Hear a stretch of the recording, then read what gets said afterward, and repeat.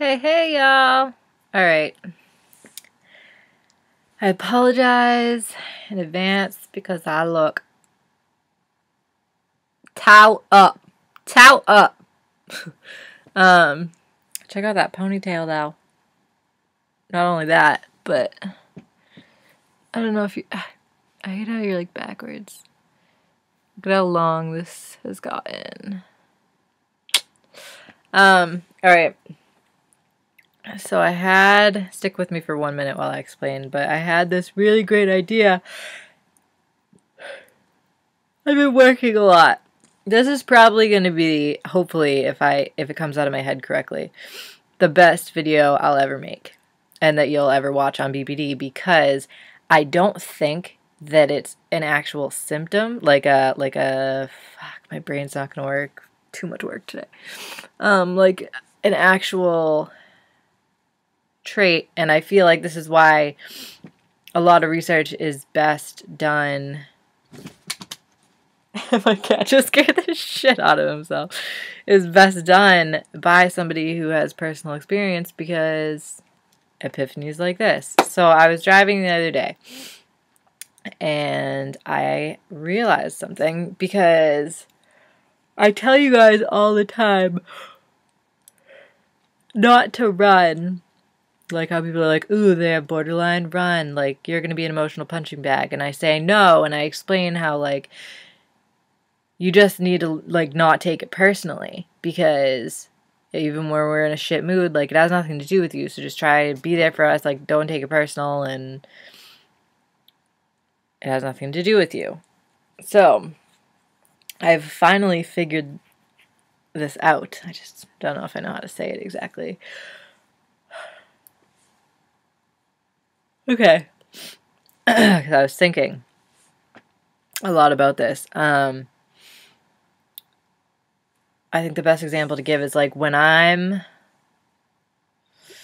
get over things, like, pretty fast. Like, if I'm, like, really sad and then I, like, cry and I, like, have this huge... Once I have a huge crying fest, then when I stop crying, like, I'm over it. Like, I don't really want to be... Like, I mean, I'm sure I'll be sad again at some point, but at that moment in time, I don't want to be sad. Like, once I stop crying, like, okay, my mood's done. Like, I'm gonna laugh at something now.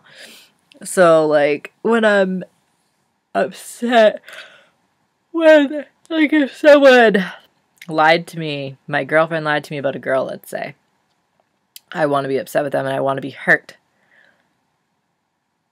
To me, coming from childhood, borderline is we never learned how to express our emotions as a child.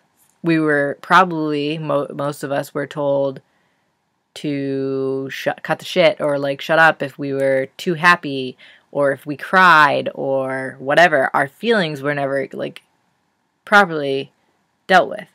And so I learned that I had to express what I was feeling. I couldn't talk about my feelings because nobody fucking talked about them with me. So if I was angry, I had to visibly be angry.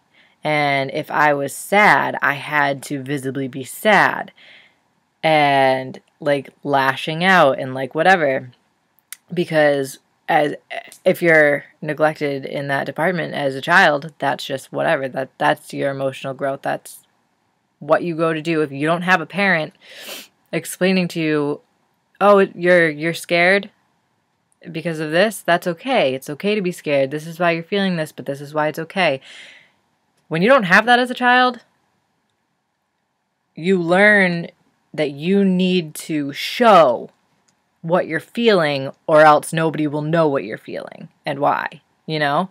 So as an adult, I've taken this. I was thinking in my car the other day, and I realized sometimes when we take it out on the person that's closest to us, like when we're in a bad mood, and I say that it has nothing, like, you have to know it has, even if it has nothing to do with you, we'll still take it out on you, or, like, whatever, but just don't take it personal. And I realized in my car the other day that these moods that we can't really explain, or sometimes when, like, we're an asshole and we really don't want to be, we don't know why we're doing it, I realize is because we are in a mood. We are sad, or we're scared of something, or like we're feeling insecure in some way, shape, or form. We're sad, we're angry, like if we're just in a blah mood.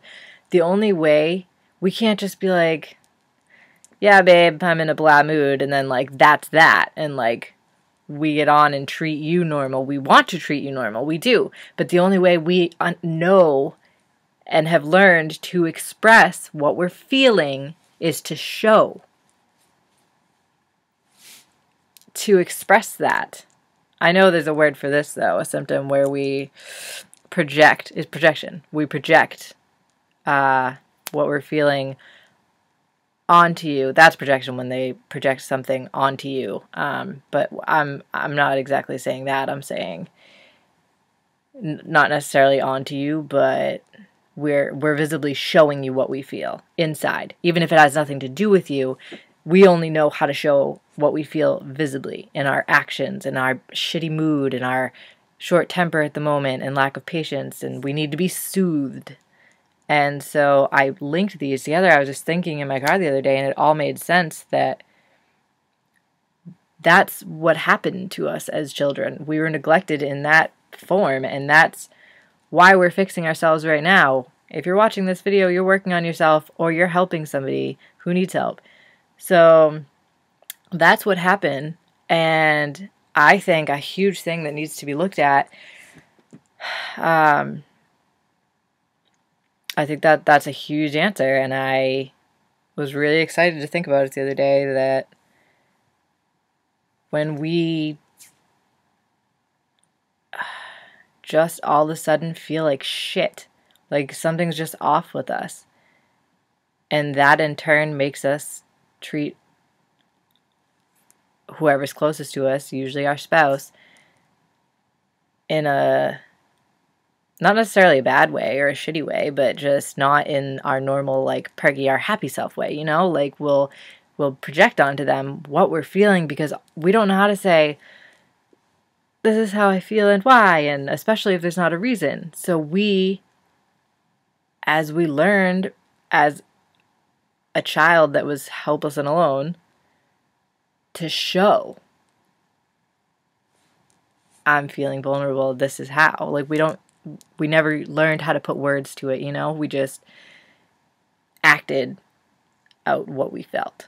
Once again, I hope this makes sense outside of my brain. I'll keep it short and sweet. I hope that made sense to you guys and you can understand it. And I don't honestly really have anything to say to be helpful. Hi, baby. To be helpful in how to get around that. Maybe if you're being the supporter, maybe show your spouse this video and maybe it will click and make some sense to them. Or, yeah, I don't know, just talk. Talk it out, talk it out.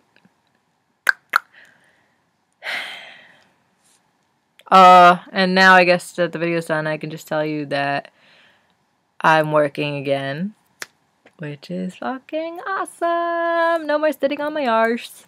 My chest is still shitty, unfortunately. I am an apprentice optician, and I am fucking exhausted because I have really shitty light. Oh, I also have a condo, so I'll be moving, and I won't be in a basement, and I'll have light. I don't know when I can afford internet, though. But that's not for a month. But, yeah, I'm working 8:30 to 5 every day, but that also involves waking up hours early to get me ready for work, and then my daughter ready for school, and packing lunches, and then coming home to get her from daycare, cook. Basically, what I'm trying to say is Oh, well, my apprenticeship's awesome. It's really hard work. Well, not really hard, but it's a lot of learning, whatever. I have, like, books and everything. Like, it's a school. I'm basically getting paid to go to school for 2 years. But I'm going to whip this apprenticeship's ass in, like, 1 year. Bomb. I guarantee you I'll pass the test in a year. But there's fucking huge. There's 3 books. The first one's like this big, and I've been there for 4 days, and I'm halfway done with it because I'm awesome, and I fucking bust my balls. But by the time I get out of work, I literally cook. I have time to make her dinner, and put her in pajamas, and she goes to bed. Unless she needs a bath, then she takes a bath while she cooks. Not like you care. Put her to bed, and then literally was it last night? I don't even know. I just crawled right into bed and went to bed at 8 o'clock. No, maybe 7 o'clock. Went to bed at 7 o'clock and slept for like 11 hours. And then I have schoolwork on top of it, which I should be doing right now, but I'm making this instead because I'm still in school too, and work. And then work is school, so I could actually show you, but I have a stack. It's probably this big. It's big. It's bigger than like 2 of my heads of cards. Too tired to think. For work that I have to study. So that's why I'm busy. However, my first weekend from work is coming up. But I still have KK, so I think we're going to the fair or something, and no sleep like I would like, but it's okay because I have laundry and meal prep and oh, fuck me, I have to write a paper and soch, and I have a quiz to take. I like it though. I'm literally busy every second of every day, so I have not had one fucking day this week to sit on my barely go on Instagram. Don't get me wrong, I still go on and check my Instagram, my Tumblr, all my stuff for you guys, but I haven't posted much to anything. Now I don't even remember what I was saying. I doubt anybody's watching this anymore. But anyways, I love it because even at work, like especially at work, because my phone goes in my locker, like I don't have time to think about shit. All day while I'm at work, it's just fucking work, and it's awesome. And then by the time I come home, I have all this shit to do, running around getting kids ready for bed, so until like 7, 8 o'clock, I have no time either, and then by that time, I'm in my bed, and I'm getting what I need to do while I'm awake and sleeping. It's great. It's great for my moods. Yeah. So. This is actually like this is my first time all week that I've had completely to myself. Like, my room's empty, it's quiet. First time all week. So I made this video. And now I'm done with it. So I am going to attempt a little bit of homework, even though I really don't want to. I just want to go to bed, okay?